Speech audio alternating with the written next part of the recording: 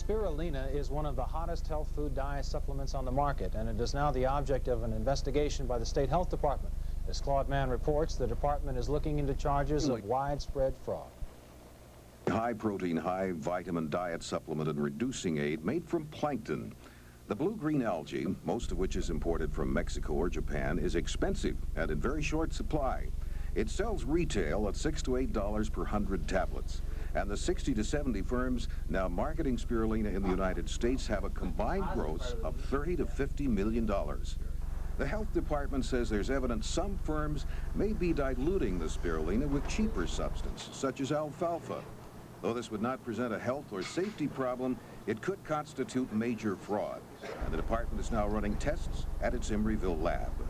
An allegation has been made by a firm, and it's been shown to have validity through certain types of private laboratory tests, and we're committed to determine whether or not these analysis and the misrepresentation that was told to us are true. The initial complaints came from the Proteus Corporation, which markets Earthrise spirulina. Their market figures showed far more spirulina is being sold than is available in the country. So Proteus hired independent test labs to analyze various brands. They say more than half the 30 samples tested were inaccurately labeled. We believe that approximately 2/3 of the companies are putting out a product which has 70% or less than what the label claims. The health department's test will be completed within the next few months. If the suspicions of fraud are verified, legal action against the companies involved will be taken before the end of the year. This is Claude Mann in Emeryville for the 10 o'clock news. Eyewitness News reporter Rolando Santos explains.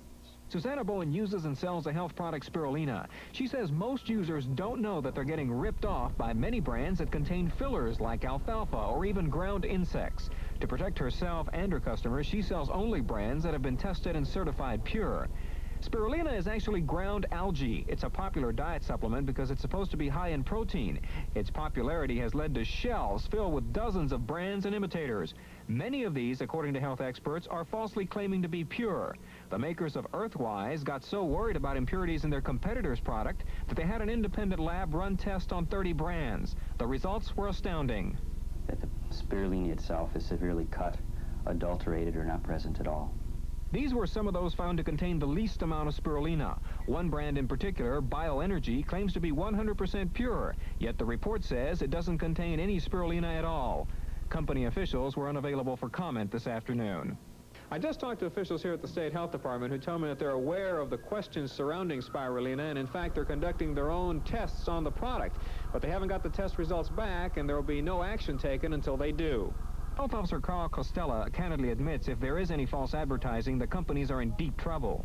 If there is a adulterated product being offered for sale to the public, we will then pursue legal action, district attorney or attorney general.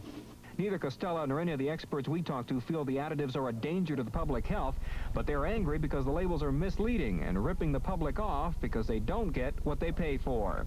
In Berkeley, I'm Rolando Santos, Channel 5 Eyewitness News. Investigators say there's no real way for the average customer to tell if a brand is pure, so the best thing to do is to ask the store owner to show you the purity tests on the brand you're buying. Jack, it was about a year ago that we first told you about spirulina, and very few food supplements have enjoyed the success that spirulina has. It's become a multi-million-dollar business in less than a year. It started selling like hotcakes just about a year ago after the National Enquirer called it a safe new diet pill.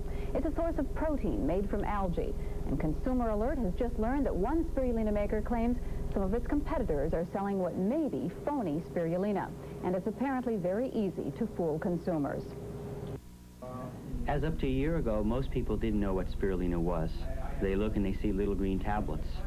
And if they find tablets that look small and green, they probably think it's spirulina. Henrikson's company ran independent laboratory tests on a number of spirulina tablets marketed by different companies. The findings show a lot of consumers may not be getting 100% spirulina. We found that the label said 100% spirulina or 500 milligrams per tablet.